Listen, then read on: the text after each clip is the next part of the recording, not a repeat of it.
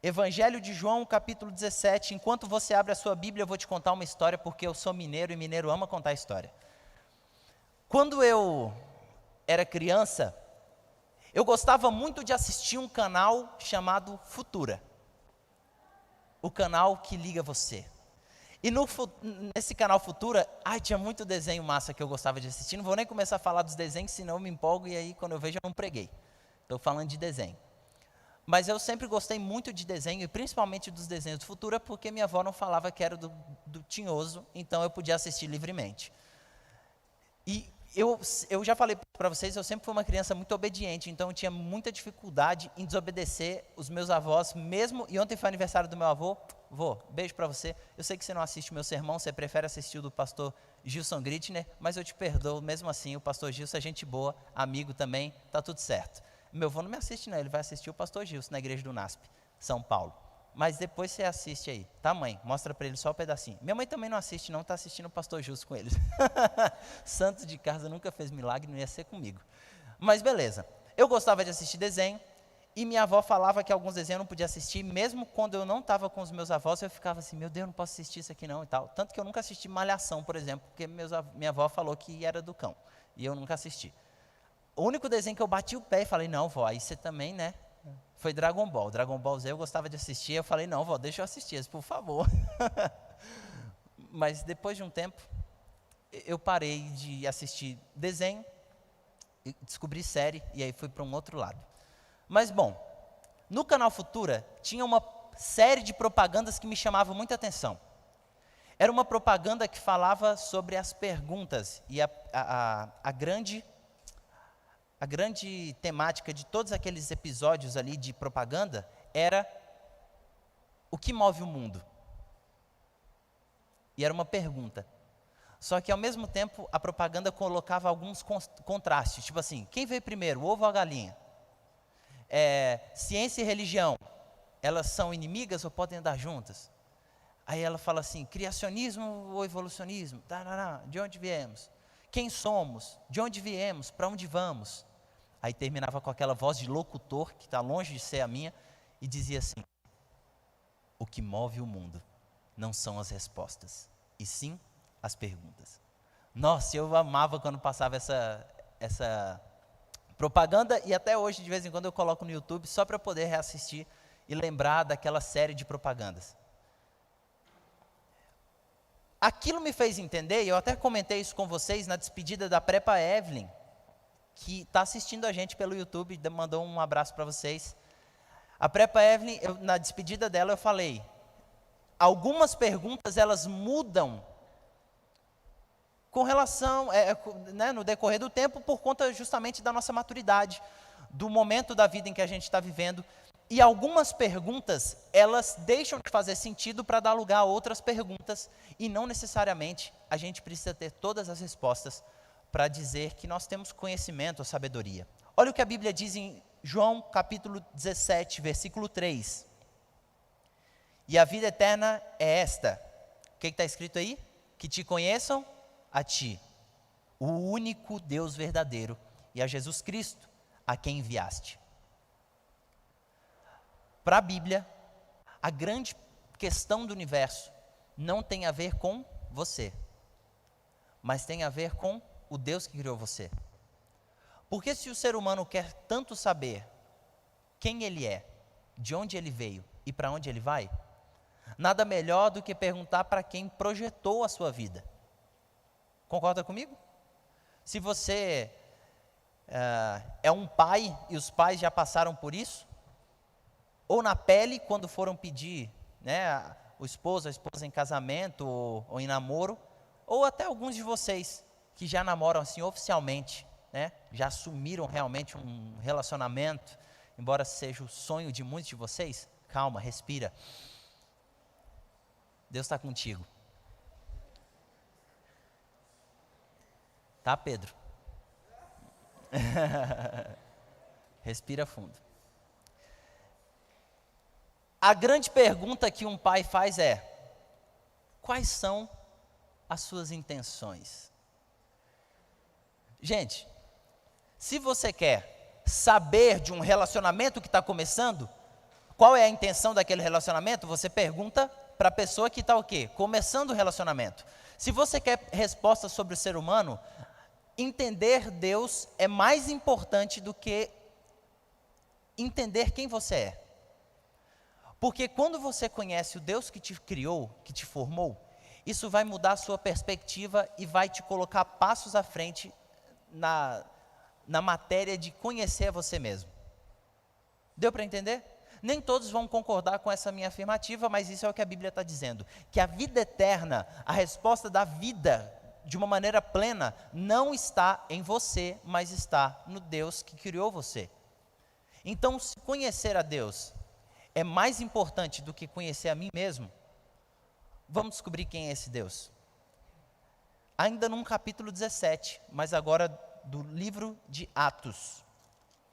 É um pouquinho para frente aí, a gente estava em João, Mateus, Marcos, Lucas, João, e na sequência já vem o evangelho de Atos. É o evangelho porque é escrito pelo evangelista Lucas e conta a história de como a pregação do evangelho se deu ali depois que Jesus foi para o céu, e eles ficaram cheios do Espírito Santo e começaram a pregar e tal, né? Essa ousadia da pregação dos apóstolos, ela é demonstrada aqui no capítulo 17, quando a gente percebe o seguinte: no começo do capítulo 17, lá no versículo 1, acima está dizendo que Paulo e Silas vão para uma cidade, para uma região chamada Tessalônica. No versículo 10, diz que eles vão para uma outra região chamada Bereia. E agora, quando nós abrimos ali no versículo 16, diz a Bíblia que Paulo está chegando na cidade de Atenas. Você conhece a cidade de Atenas? Já ouviu falar sobre Atenas? Já ouviu falar sobre a filosofia grega? E vocês vão me ver falando muito sobre isso. Existiram vários estágios da filosofia grega, e no momento em que Paulo entra na cidade de Atenas, eles estavam vivendo o 5º período histórico ali, filosófico, de Atenas. Eles estavam vivendo no período helenista. E os escritos do 4º período, que invadiram o 5º período, agora não tinha tanta produção literária, mas tinha muita divulgação literária. Tinha muita expansão das coisas que haviam sido escritas anteriormente. Então, foi nesse período helenista em que o pensamento grego se espalhou pelo mundo. Vocês estão pegando a visão aí do que eu estou falando? Deu para entender? Então, olha só. A cultura da época era muito forte. E os pensadores, eles se reuniam em locais para poder debater, para poder falar de filosofia e tal, e para tentar achar as respostas da vida. Tem um livro de um padre chamado Wolfhard Pannenberg, é o nome do padre. E o livro dele é Teologia e Filosofia.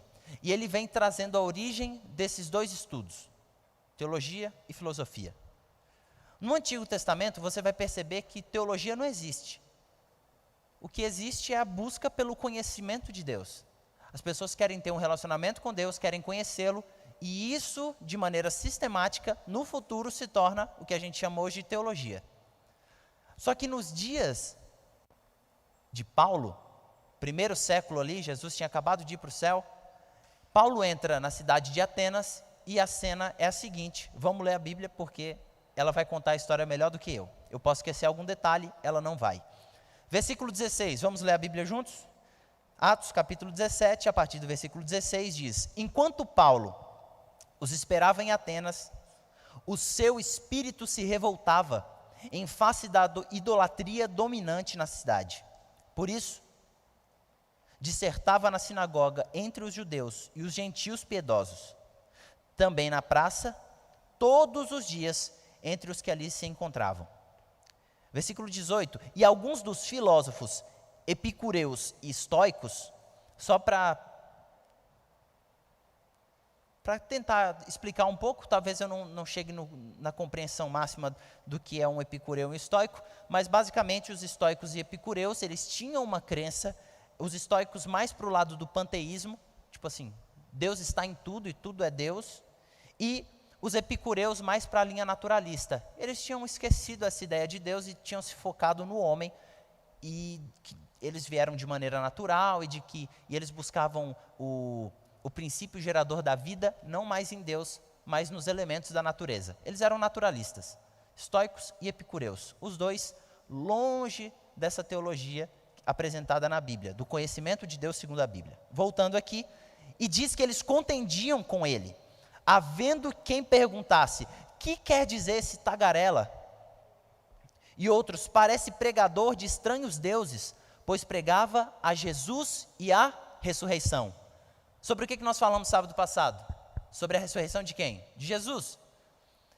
Paulo está falando justamente sobre a ressurreição de Jesus para pessoas que ou acreditavam que Deus era qualquer coisa, ou acreditavam que nem precisa de Deus para a gente existir. Você consegue entender onde é que está entrando? No vespeiro que ele está se metendo? Olha a enrascada desse homem. Tentar pregar, debater, discutir, falar, argumentar com pessoas que pensavam totalmente diferente dele. Já entrou numa discussão assim? Com alguém que pensa totalmente diferente de você? Bom, eu e meu melhor amigo, a gente tem uma discussão épica. E ela volta assim, cada vez mais forte. Messi ou Cristiano Ronaldo? E eu tenho os meus motivos para escolher o Cristiano Ronaldo. Para mim ele é melhor e maior. E pronto. E ele pode vir com os argumentos dele, eu tenho os meus, ele tem os dele, e a gente briga, e a gente vai dar, e ele posta no Instagram dele uma coisa, eu posto no meu outra rebatendo, e a gente conversa, e a Evelyn, a minha esposa, fica desesperada, fala, meu Deus, vocês brigam o dia inteiro. Eu falei, filha, nós somos melhor amigos, você acha que nós vamos fazer o quê?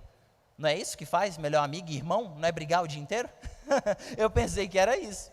Estou vivendo enganado então. E olha só, ele pregava a Jesus Cristo e a ressurreição, e então no versículo 19, olha o que a Bíblia diz. Tomando-o consigo, os estoicos e epicureus levaram ele até o local principal de debate, chamado Areópago, dizendo, podemos saber que nova doutrina é essa que você está ensinando? Versículo 20, posto que nos trazes aos ouvidos, outras coisas estranhas, nós queremos saber o que vem a ser isso, pois todos os de Atenas e os estrangeiros residentes de outra coisa não cuidavam senão dizer ou ouvir as últimas novidades, as boas novas trazidas por Paulo. Paulo é levado ao principal local de debate, o Areópago, onde todos os filósofos, pensadores, poetas, que tinham aquela mentalidade totalmente diferente da de Paulo, para agora Paulo explicar o que é que o povo tanto fala pelas ruas, que não fala em outra coisa, a não ser esse tal de Jesus e ressurreição, e não sei o quê. Quem que ele está falando? Sobre o que esse camarada está falando? Quem é esse Deus que ele está apresentando? E agora entra um elemento muito interessante. Olha só, a partir do versículo 22. Então, Paulo, levantando-se no meio do Areópago, disse, senhores atenienses, atenção, senhores atenienses, em tudo os vejo acentuadamente religiosos. Porque, passando e observando os objetos de vosso culto, encontrei também um altar, onde está escrito ao Deus desconhecido. Pois esse que adorais sem conhecer é precisamente aquele que eu vos anuncio, o Deus que fez o mundo e tudo que nele existe, sendo ele Senhor do céu e da terra, não habita em santuário feitos por mãos humanas, nem é servido por mãos humanas, como se de alguma coisa ele precisasse, pois ele mesmo é quem dá a vida, a respiração e tudo mais a todos nós. Para no verso 25, porque o verso 26 e 27 são dois dos meus versos preferidos da Bíblia. E é a resposta que muita gente tem buscado e não se atenta. Mas antes, um breve comentário. Paulo começa a falar sobre um Deus desconhecido. Tem um dizer histórico sobre os atenienses, de que em Atenas tinha uma piada interna, de que em Atenas era mais fácil você trombar com um Deus na rua do que com um ser humano.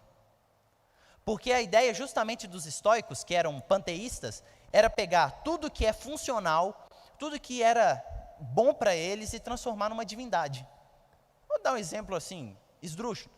Isso aqui é um pedestal. Nossa, gente, isso aqui, coloca o celular aqui, faz a transmissão. Rapaz, isso aqui é bom demais. Vou prestar culto a ele. Aleluia. Adorava, entendeu?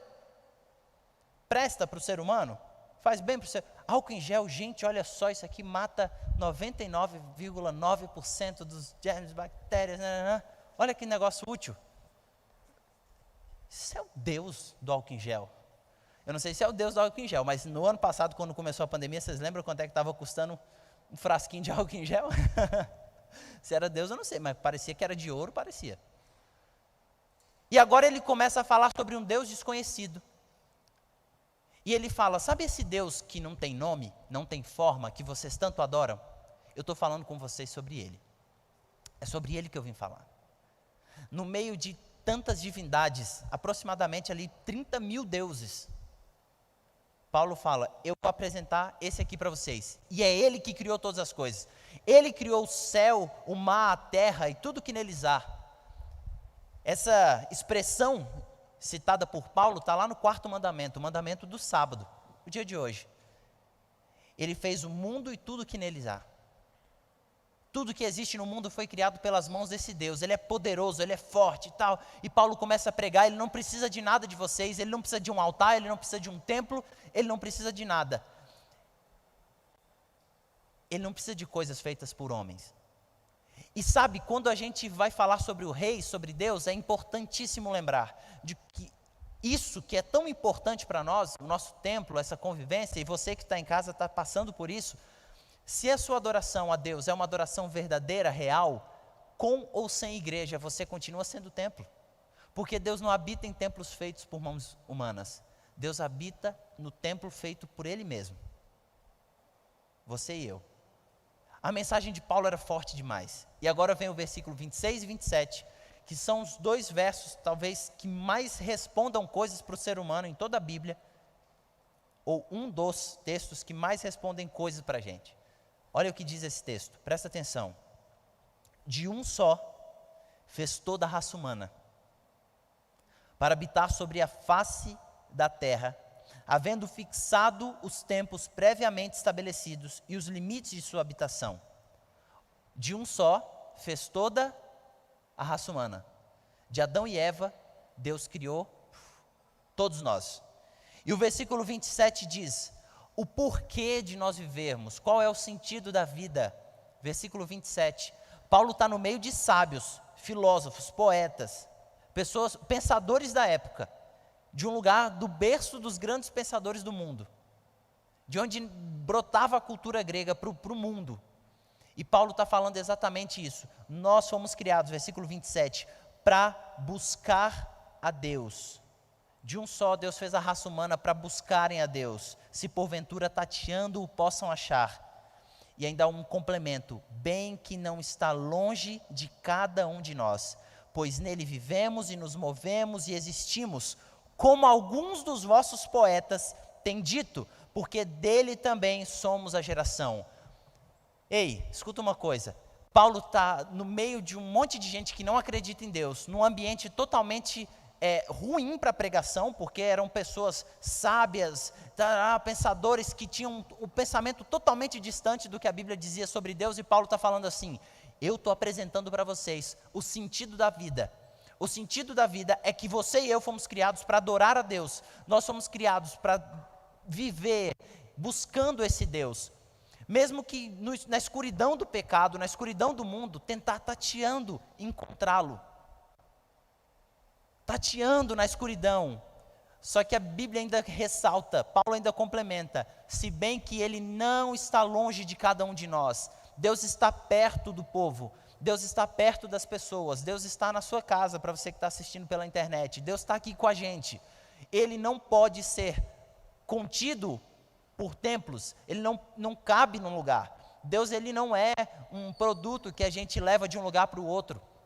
E a primeira coisa que a gente tem que entender quando está falando sobre Deus, é que no conhecimento de Deus, no estudo sobre Deus, Ele não é o nosso objeto de estudo, Ele é o sujeito também. Ele não é analisado por nós e a gente não tira um parâmetro e fala, esse é Deus. Eu não consigo saber quem Ele é, porque eu sou menor do que Ele me criou.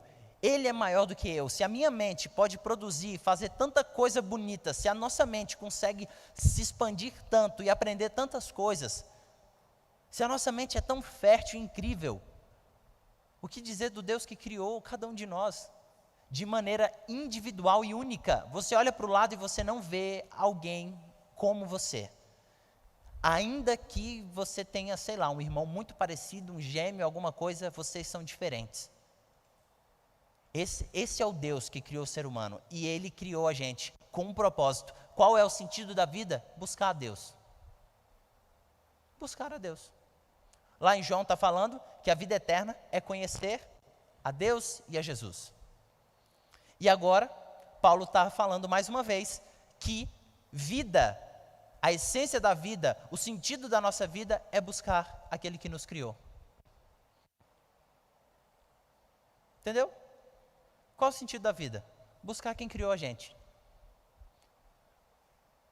Isso fica muito mais simples de entender e parece algo menos egoísta quando você pensa, por exemplo, nos seus pais. Sabe aquela necessidade que a gente tem de ir atrás da mãe da gente? De gritar pelo nome dela quando as coisas estão dando errado? De chamar por ela? Sabe essa necessidade de ir atrás? Principalmente para quem tem bom relacionamento com os pais, né? Obviamente. Mas sabe, aquela necessidade de buscar a pessoa que você ama? É isso. Buscar, ir atrás, correr, abraçar, se aproximar, conhecer um pouco mais, ouvir as histórias, ouvir sobre a pessoa, ter um relacionamento de verdade. A Bíblia diz que esse é o sentido da nossa existência, buscar a Deus. E aí Paulo diz o seguinte: porque nele vivemos, nos movemos, existimos. E ele diz o seguinte: porque dele também somos geração. E ele está citando, ele ainda fala assim, alguns dos vossos poetas têm dito isso. Dos profetas de vocês, dos pensadores de vocês. E Paulo aqui está fazendo referência a um outro pensador, que ele vai citar outra vez na Bíblia, chamado Epimênides. E esse poeta grego, na verdade ele era cretense, ele é grego-cretense, né? Obviamente. Ele não morava em Atenas, mas ele morava retirado da cidade, e ele era conhecido por ser um grande poeta, mas que era diferente do povo. Porque enquanto os gregos acreditavam num monte de deuses, esse camarada ele era monoteísta. Lembra o que é monoteísta? Ele acreditava num único Deus. Só que ele era tipo assim, sabe aquele cara que todo mundo queria ouvir o que ele tinha para falar, porque ele era muito massa? Ele era diferente dos outros, e eles obviamente não concordavam com o pensamento dele. Só que eles sempre chamavam ele quando as coisas apertavam, porque era um cara sábio demais. E Epimênides viveu 600 anos antes de Paulo, 600 anos antes de Cristo. E agora, esse camarada, chamado Epimênides, vamos voltar no tempo, nos dias dele teve uma grande praga, tomando conta de toda a Grécia. E aquela praga estava destruindo todo o alimento do povo. E o que eles precisavam então? De alguém o quê? Para resolver aquela situação. E como eles tinham muitos deuses, eles começaram a clamar pelos deuses deles, dizendo: Deus fulano, Deus ciclano, Deus beltrano, tal, ajuda a gente e tal. E ofereciam um sacrifício e tal, e nada de resolver a praga. E conta a história que eles pediram então para chamar Epimênides. E quando Epimênides chega na cidade, no Areópago, ele diz o seguinte: solta um rebanho aqui, solta umas ovelhinhas aqui, solta o cordeirinho aí, deixa eles aqui. Onde eles pararem, esse é o Deus que vai resolver o problema de vocês, e é somente a Ele que vocês vão adorar. Tá bom? Trato feito? Desafio lançado? Beleza. Todo sábado a gente passa um videozinho do Provar e Vede, né? A fé de Epimênides, nesse Deus único, era tão grande que ele desafiou as milhares de outras divindades do povo. Ele desafiou as milhares de outras divindades do povo ateniense, do povo grego da época. E aquele camarada estava indo contra tudo e contra todos e lançando um desafio que não dependia dele, não era algo que ele podia manipular. Ele pediu para que cordeiros fossem soltos, para que um rebanho fosse solto, e para que aquele rebanho, e onde aquele rebanho parasse, aquele seria o Deus. O risco que ele corria era muito grande, mas o Deus que estava por trás de todo esse pensamento, toda essa inspiração que ele teve, resolveu toda a situação. Porque conta a história que 600 anos antes de Paulo pisar em Atenas, o rebanho foi solto e eles pararam num lugar onde não tinha nem pasto para eles. Eles pararam num lugar, no meio do Areópago, onde não tinha nenhum Deus. Ali ficaram tranquilamente, fizeram uma rodinha ali, tá? Ficaram de boa. E aí o pessoal falou, o que aconteceu? E conta a história que Epimênides disse, o Deus que eu estou apresentando para vocês, é um Deus que não pode ser conhecido do jeito que vocês gostam de conhecer. Não tem uma estátua dele, não tem um altar para ele com uma imagem. Esse Deus é maior do que qualquer imagem que a mente humana consiga produzir. Porque diferente dos deuses da Grécia, sabe os deuses, quem já jogou aí, Deus da Guerra, sabe do que eu estou falando. Quem gosta dessas paradas de mitologia, sabe que os deuses greco-romanos, eles são muito parecidos com o ser humano, né? Essa mistura ali de alguém que luta com alguém que peca, erra, aí tem relação incestuosa, aí nasce os filhos lá, metade homem, metade Deus, o semideus, eu só sei do Hércules. Tá bom demais, só sei do Hércules. E Zeus e Hércules, tá ótimo.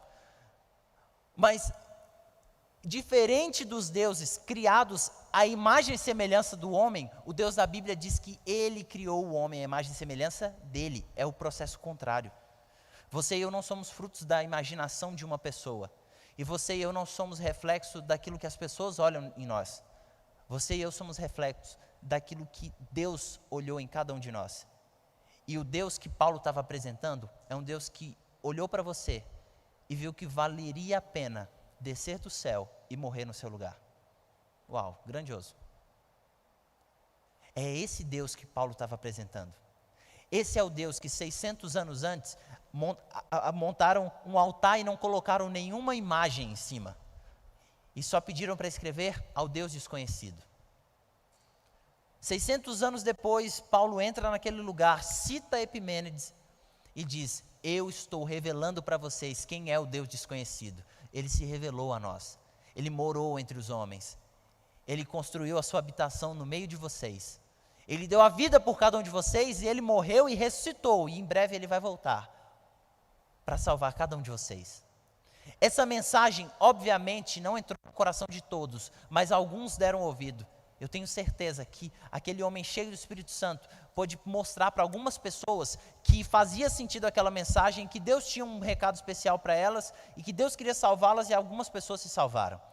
Mas a grande questão é que a vida de Epimênides, de pregar no meio de uma galera que não acreditava em Deus, ir contra tudo e contra todos, pelo nome de Deus, um Deus que ele nunca viu, um Deus que não tinha nem pisado na terra ainda, um Deus que não fazia parte do povo e da cultura dele, mas um Deus que ele ouviu de alguém, passou a acreditar e um dia provou para aquelas pessoas que esse Deus era real e tinha poder. O problema da praga se foi, cessou, aquele povo voltou a viver em harmonia, em paz, só que a vida desse homem é um lembrete de que não importa o lugar onde você está. Se você quer ter um relacionamento com Deus, Paulo vai dizer isso. Tente tatear, tente tocar Deus, porque a Bíblia diz que Ele não está longe de cada um de nós. Você já viu, ou você já brincou com uma criança pequenininha? Tipo, de esconde-esconde? A Mandy, a minha cachorrinha, eu amo brincar com ela disso, a Evelyn até postou, ela realmente espera eu correr, eu me escondo e ela vem me procurando. E tipo, eu obviamente não vou me esconder no máximo de perfeição. Só que agora que a gente mudou para uma casa grande, porque antes a gente morava num apartamentozinho, tamanho desse quadrinho aqui no chão, antes não dava para eu me esconder tão bem. Agora, como a nossa casa é cheia de labirinto, eu me escondo e ela não consegue me achar, começa a gritar chorando. Por que não me acha? E aí eu começo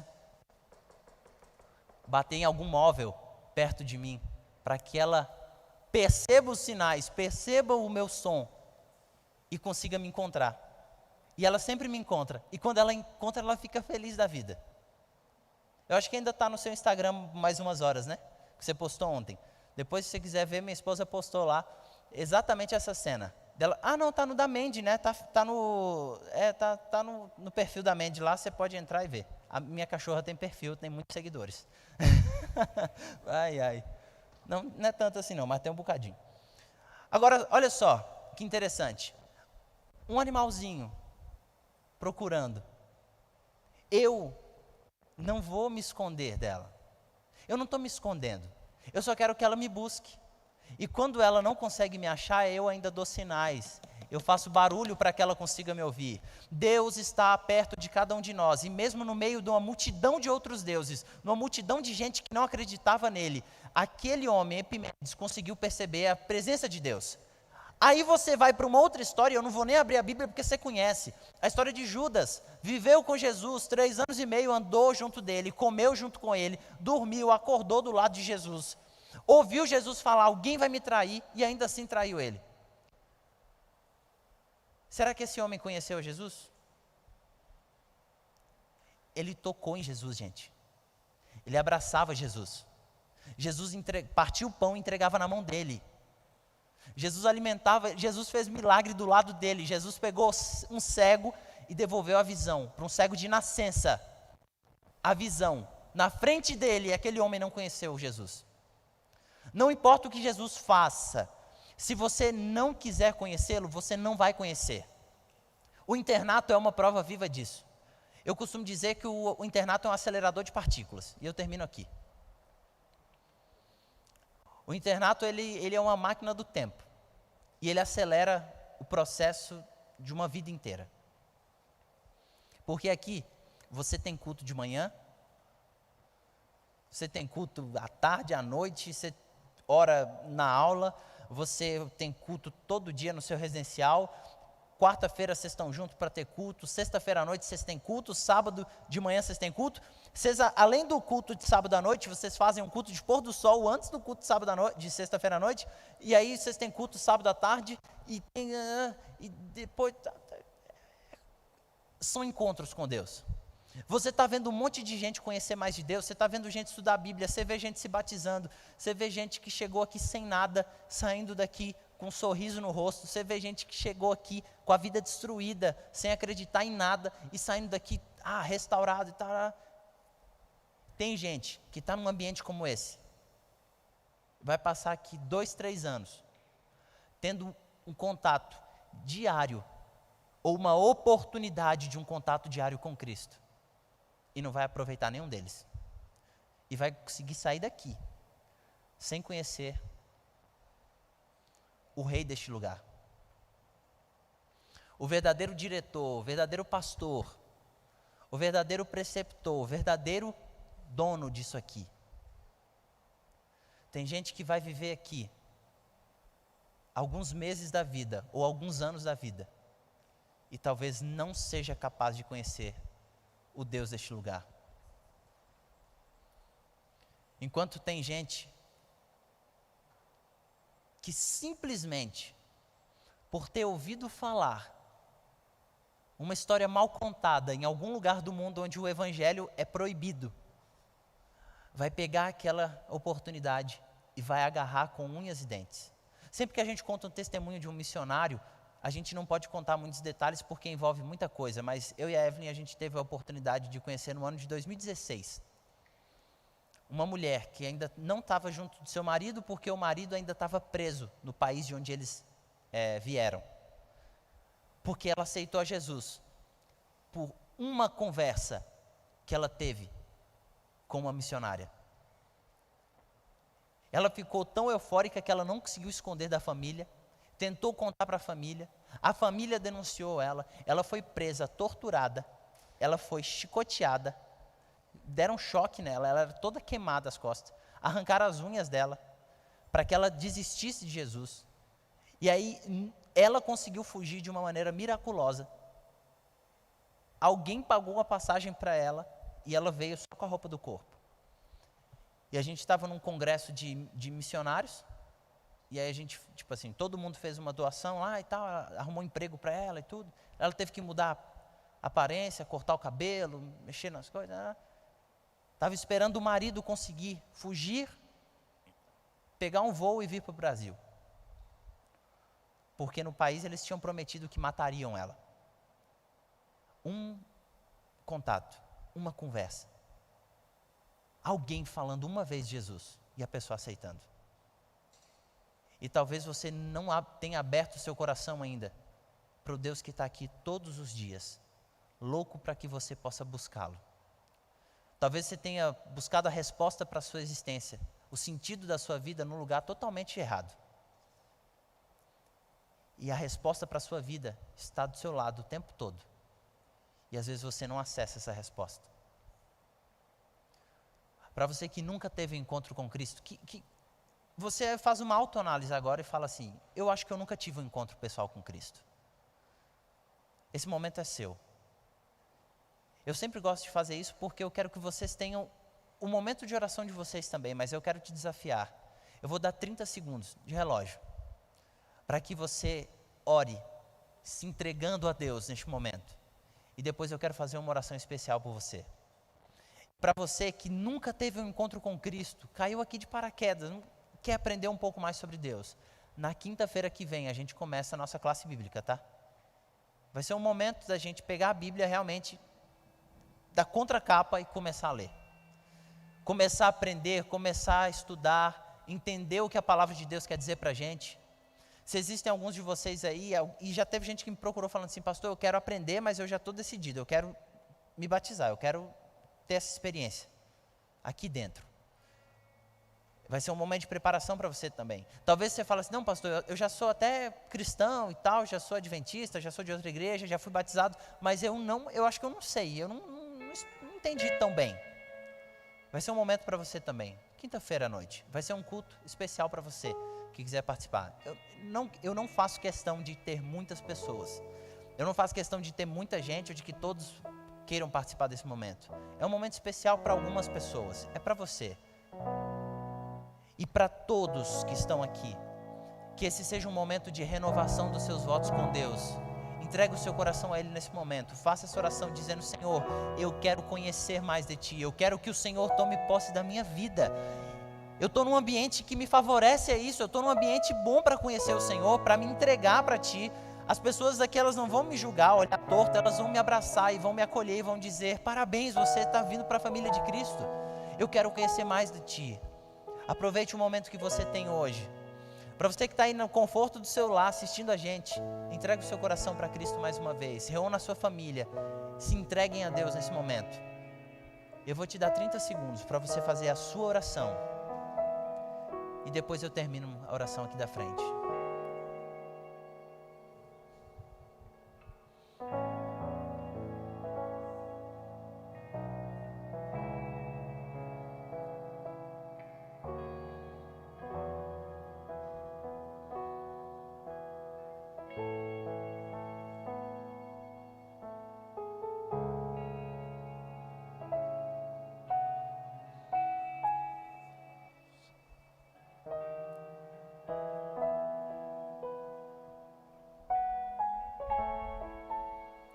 Santo e eterno Deus,